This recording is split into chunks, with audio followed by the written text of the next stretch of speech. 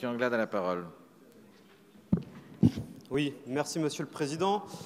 Mes chers collègues, l'article 7 touche aux listes transnationales. Vous le savez, la situation politique que nous connaissons aujourd'hui en Europe est confuse et nous vivons un certain nombre de situations qui rendent ce moment de l'histoire européenne tout à fait singulier.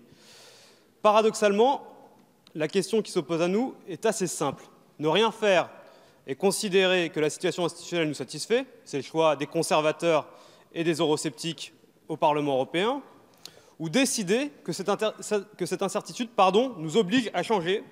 Et n'en déplaise à certains, nous considérons que ces listes transnationales sont une réponse à une situation politique exceptionnelle, et en particulier au Brexit. Cette ambition pour l'Europe, nous l'avons défendue, nous continuerons à la défendre dans les mois et les années à venir, parce que nous considérons que le Parlement européen doit être plus que l'agrégat de 27 débats nationaux, mais doit se jouer le rôle d'un véritable débat européen. Les débats nationaux, le Conseil le tiennent suffisamment. Et à tous les grands Européens qui peuvent se trouver sur les bancs en face de nous et qui militent pour le principe du Spitzenkandidat à longueur de journée, qui estiment que c'est un outil formidable pour européaniser les débats, moi je leur dis allez jusqu'au bout de la logique.